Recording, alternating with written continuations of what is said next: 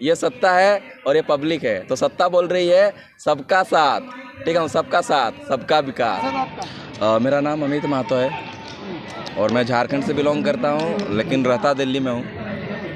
महतो जी, क्या है आदिवासी लोगों की समस्याएं? मेन समस्या भारत में या पूरे वर्ल्ड में ही देखा जाए तो आदिवासी लोगों की ही मेन समस्या है। समस्या ये है, कभी कभी आपका जो सबसे बड़ा स्ट्रेंथ होता है वही आपका वीकनेस बन जाता है, क्योंकि जो दूसरे लोग हैं या फिर कुछ लोग ऐसे हैं दुनिया में जो मजबूत लोगों को तोड़ने का काम करते हैं, और आदिवासियों की जो सबसे मजबूत है उनका कल्चर, उनका लैंग्वेज, उनका एक अलग पहचान, उनका एक अलग ही आइडेंटिटी है। आप आदिवासी को देख के समझ जाओगे, उनके कल्चर को देख के समझ जाओगे। कभी कभी आदिवासियों को देख के आपको लगेगा कि वो आदिवासी नहीं है, लेकिन उनका कल्चर देखोगे, उनका भाषा देखोगे, उनका लैंग्वेज देखोगे तो आपको पता चल जाएगा कि वो आदिवासी है। तो जो हमारी सरकार दिखाती है कि ध्यान दे रही है, ध्यान नहीं दे रही है। अगर ध्यान दे रही होती तो पिछले करीब 15 साल से हम लोग जंतर मंतर में बैठ रहे हैं, और पिछले 70 साल से हमारी कम्युनिटी के लोग, हमारे पूर्वज लोग इस डिमांड को उठा रहे हैं। अगर वो ध्यान दे रही होती तो हमारे मांग को जरूर वो सुनती, ठीक है। आदिवासी समाज से हैं राष्ट्रपति जी? समाज से जरूर हैं, समाज से जरूर है, लेकिन हो सकता है कि उनको मोहरे की तरह यूज किया गया हो, ठीक है। आदिवासियों का वोट बैंक को लेने के लिए बीजेपी की चाल हो। अब देखिए, बीजेपी की मैक्सिमम एमपी बीजेपी के हैं, तो बाय डिफॉल्ट बीजेपी अगर प्लान किए तो कोई भी बन सकता है। क्या आपको ये भरोसा नहीं है कि जो राष्ट्रपति है वो इस समय आपके समुदाय के लिए ज़्यादा काम करेगी या नहीं करेगी? हमें भरोसा है। अच्छा, भरोसा है। अभी तो नई बनी है, लेकिन कुछ टाइम के बाद हमें पता चलेगा कि क्या वो एसटी कम्युनिटी के लिए कुछ करने के लिए वो वहाँ पर पहुँची है, या फिर उनको सिर्फ एक आदिवासी का मोहरा बनाया गया है पूरे देश के आदिवासियों का वोट बैंक को लेने के लिए। एसटी कमेटी के लिए कई ऐसी चीज़ें जो स्पेशल रखी गई है, काफ़ी चीज़ें बताया जा रहा है, आरक्षण ज़्यादा दिया गया है, कुछ रिजर्व सीटें कर दी गई है, रिजर्व नौकरी यूज़ कर ली गई है, और बहुत सारी चीज़ें हैं।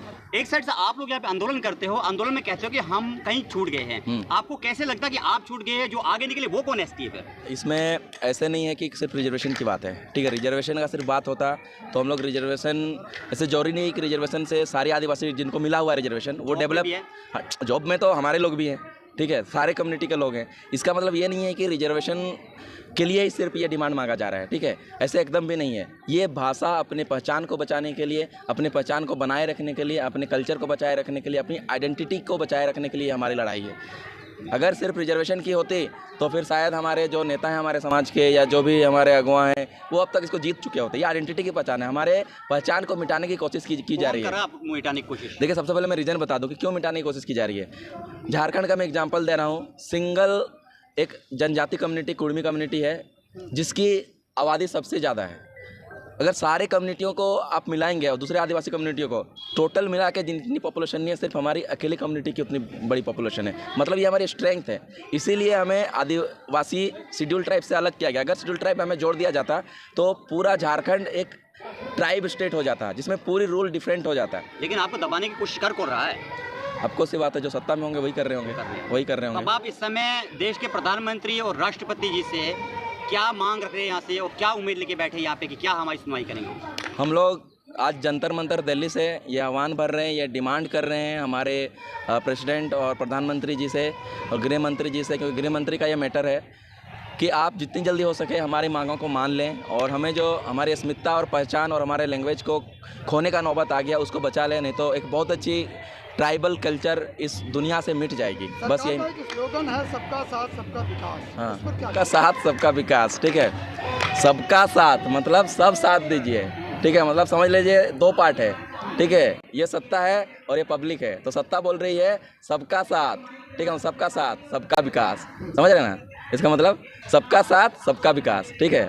तो ये एक प्रोपेगेंडा है जो कॉमन लोगों को मतलब उल्लू बनाने के लिए यूज करते हैं लोग, कि सबका साथ मतलब सबको यूनाइट करने की कोशिश करते हैं, वोट बैंक बनाने की कोशिश करते हैं। सबका विकास की जब बारी आती है तो फिर विकास उन्हीं लोगों का होता है जो ये स्लोगन बनाए हैं। ये जनता तो नहीं बनाई है स्लोगन। जब 15 अगस्त को मोदी जी ने कहा था कि देश विकसित होने वाला है, उस पर क्या राय रखते हैं? अच्छे दिन आने वाले हैं, वैसे ही विकसित होने वाला है। एक नया जुमला है, जुमला ही है शायद, अगर क्योंकि मैं अपनी बात करता हूँ, ठीक है। मेरे कम्युनिटी का अगर डिमांड को मान लिया जाता, आज हम लोग पहले चलो कोई दिल्ली नहीं आ पाता था, अब तो हम लोग पिछले 10-15 साल से दिल्ली आ रहे हैं, अपने बातों को रख रहे हैं। यहाँ से तो चिल्लाने से भी शायद प्रधानमंत्री और प्राइम मिनिस्टर आवाज़ तक आवाज़ जा रही है, उनके इंटेलिजेंस के लोग यहाँ पर आते हैं। आज कल दिन भर मुझे 20-25 CBI के और पता नहीं CID के किसी फ़ोन आ गए, सबको मैंने एक ही चीज़ बोला, और ये हर साल होता है। सब कुछ जाता है। हम लोग मेमोरेंडम, इतना मोटा मेमोरेंडम हर बार देते हैं, लेकिन उसका कुछ नहीं होता है। सरकार कहती है देश ने इतना विकास कर दिया कि हमने अपनी जीडीपी इस लेवल तक आगे कर दी कि ब्रिटेन को पीछे छोड़ दिया है।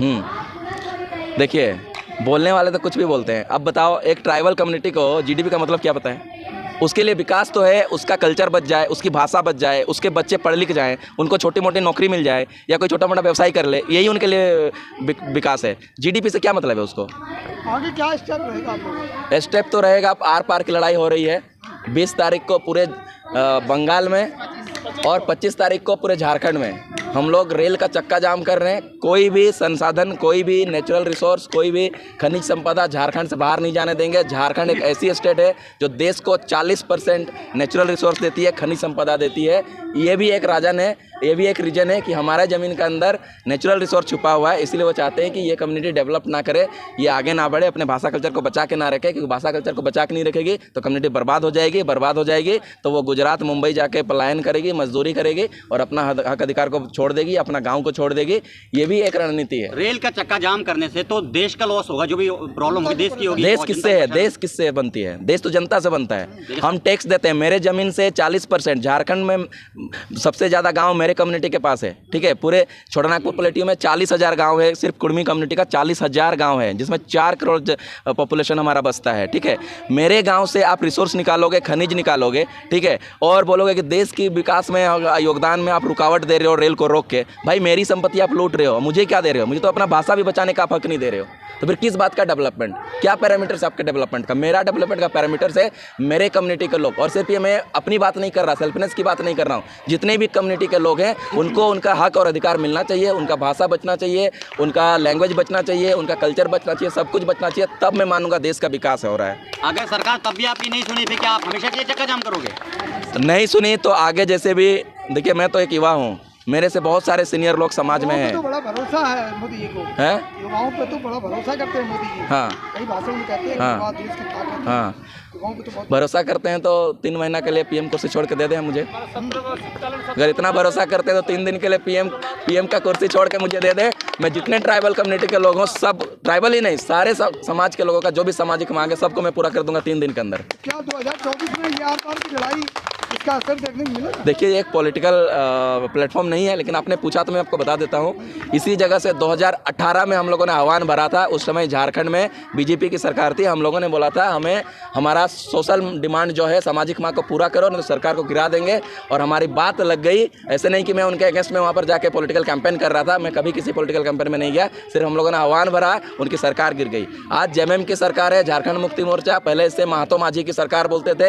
इनको स्थापना करने वाले हमारे पूर्वज विनोद बिहारी महतो हैं, ए.के. रॉय जी हैं और शिबू सोरेन जी हैं। ये हमारी पार्टी है, आज हमारे पार्टी की सरकार झारखंड है। आज फिर से हम लोग यहाँ से आह्वान भरते हैं और जेएमएम की सरकार को आगाह करते हैं कि हमें अपनी जो सामाजिक डिमांड है, भाषा कल्चर को बचाने का, उसको पूरा कीजिए।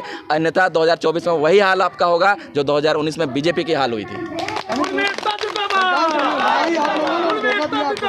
हमें धोखा दिया गया है। एक्चुअली ट्राइबल कम्युनिटी और खासकर हमारे कम्युनिटी में क्या है, हम इमोशनल लोग होते हैं, ठीक है। हमें कोई प्यार से थोड़ा बोल दे तो हम मान जाएंगे। तो कितने प्योर होता है हम लोग का हार्ट, हम लोग बहुत सीधे साधे होते हैं। अभी आपने बात किया, अभी आपसे अपनापन हो गया, अभी पता चला हम लोग डांस करेंगे तो आपको भी मिला लेंगे हम। तो ये ट्राइबल कम्युनिटी का एक पहचान होता है कि लोग बहुत जल्दी किसी पे विश्वास कर लेते हैं। वैसे ही हम लोगों ने हर एक सरकार से विश्वास किया, लेकिन सब लोगों ने हमें छलावा किया, सब लोगों ने धोखा दिया है। लेकिन अब युवा जाग गई है, अब माताएं बहनें सब जाग गई हैं। आज पूरा झारखंड में आज ब्लैक डे मनाया जा रहा है, national Kurmi black day, national अन्याय दिवस भी मनाया जा रहा है। सारे स्टेट में जहाँ पर भी हमारे लोग हैं, हम लोग मना रहे हैं। और ये एक सिम्बॉलिक है, संवैधानिक दायरे में रहते हुए अगर हमारे डिमांड को पूरा नहीं किया गया तो 24 में हम लोग सत्ता परिवर्तन का भी काम करेंगे। और आगे चल के जो भी हमारे सीनियर लोग डिसीजन लेंगे, उसके साथ हम लोग कदम से कदम मिला के माताएं बहनें और युवा साथ रहेंगे।